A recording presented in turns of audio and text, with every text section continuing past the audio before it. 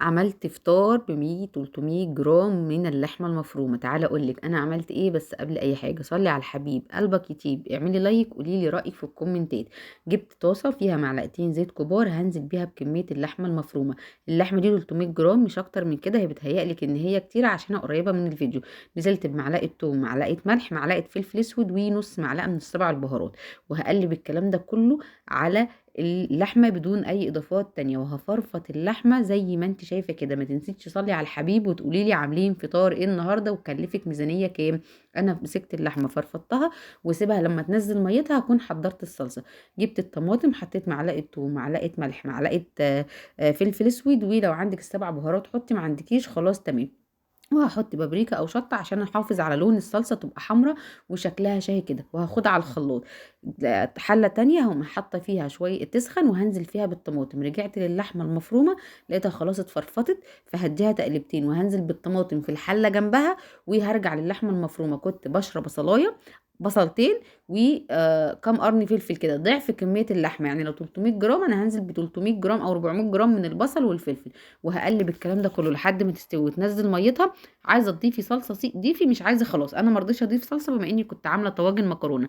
هقلب الطماطم وهغطيها، وهرجع للحمه المفرومه هديها تقلبتين، حاطه توابل بما فيه الكفايه. هستنى بس تستوي. صلي على حبيب قلبك يطيب. لو عايزه تعرف انا بجيب الافكار والوصفات دي منين، هنزل لك تطبيق، لينك تطبيق عندي في اول تعليق، ان شاء الله يعجبك بدون نت اطلاقا. وفي اكلات سريعه واقتصاديه وكلها على قد الايد. جبت بقى كوبايه شوربه، حطيت عليها كوبايه لبن، حطيت عليها معلقه دقيق، ملح، فلفل، معلقه سمنه، وبقلب الكلام ده كله. انا هنا كانت اللبانه دي سخنه عشان حطيت قطعه اللبن كانت متلجه فسخنتها مع الشوربه.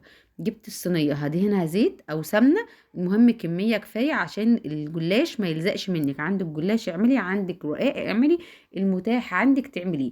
ايا كان المتاح عندك هتعمليه ان شاء الله، هتزودي فيه اضافاتك وهيبقى شهي ومش هيختلفوا عليه اتنين.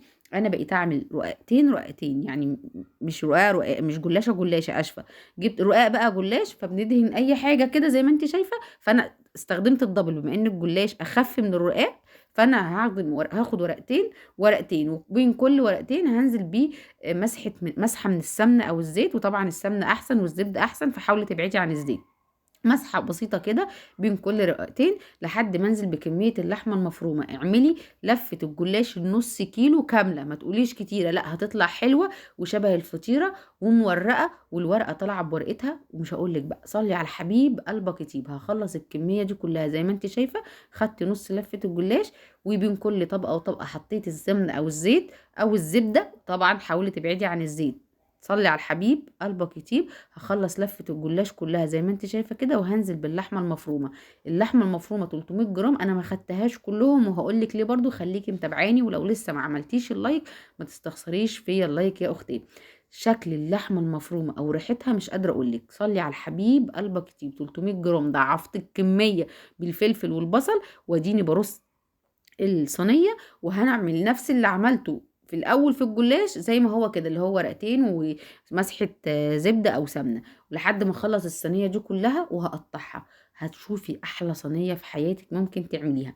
بس انا هنزل بمعلقتين من الصوص اللي انا عملته، اللي هو اللبن والشوربه والزبده والدقيق، بين اللحمه المفرومه وبين الجلاش عشان تطلع مورقه منك اكتر وهتبقى شهيه اللهم بارك.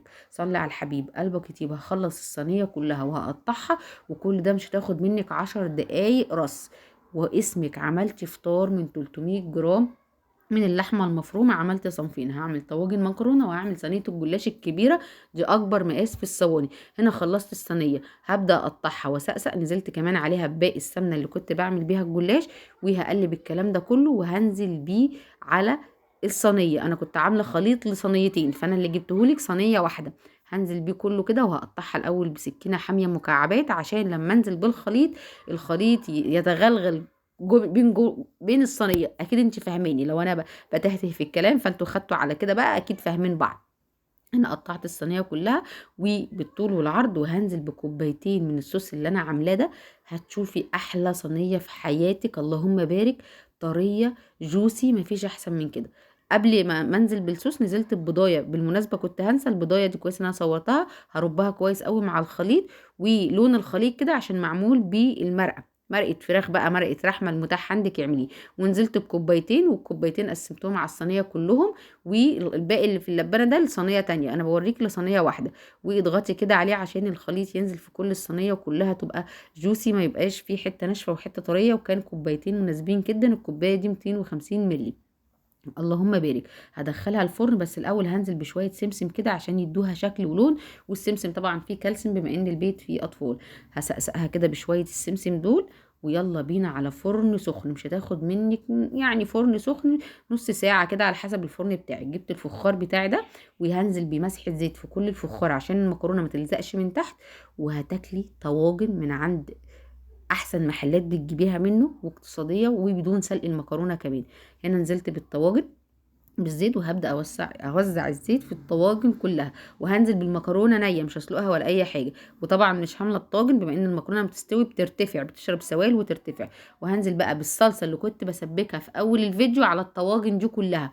والباقي ميه، يعني مثلا كوبايه صلصه وكوبايه ميه في الطاجن الكبير. وكل طاجن هياخد معلقه من اللحمه المفرومه اللي انا كنت معصجاها وعامله بيها الجلاش. عشان كده انا بقول لك انا هعمل صنفين وثلاثه، بس انت خليكي مكمله الفيديو ما تزهقيش. نزلت باللحمه المفرومه في كل طاجن. انا اللهم بارك كنت عامله 4 طواجن، وهنا كوبايه. والطاجن الكبير زودت له الصلصه لحد ما اخلص كميه الطواجن دي كلها. هدخلها الفرن ربع ساعه تلت ساعه. هتطفي عليها، طبعا هتكون نيه. المكرونه لو سويتيها سوا كامل على النار هتعجن منك. فانا اللي عملته هنا حطيت صلصه وزودتها ميه كمان. وكل الكلام ده سخن، مفيش حاجه بارده زي ما انت شايفه كده. لو حطيتي الميه او الصلصه بارده المكرونه هتعجن منك، فخدي بالك. والمكرونه لازم الصلصه تغطيها، صلصه او ميه لازم تغطيها كده وتبقى بتعوم فيها عشان لما تستوي تبقى مظبوطه معاكي زي ما قالك كده. هدخلها الفرن برضو ربع ساعة، وهطلعها قبل الجلاش ما يكمل سواه. وهيبقى اللهم بارك احلى فطار هتشوفيه. بصي بقى الجلاش، صلي على الحبيب قلبك يطيب. كنا كمان عاملين العصير فراولة باللبن، مفيش ولا احسن ولا اعظم من كده. وشوية مخلل، جربيه اسمك عملتي فطار يا ست الكل. بكام؟ 300 جرام من اللحمه المفرومه. وبالمناسبه العيال كانوا عايزين ياكلوه في الطواجن فانا سبته زي ما هو، لكن ارفعي الطاجن هتلاقيه ما لزقش عشان حضرتك حطيتي زيت.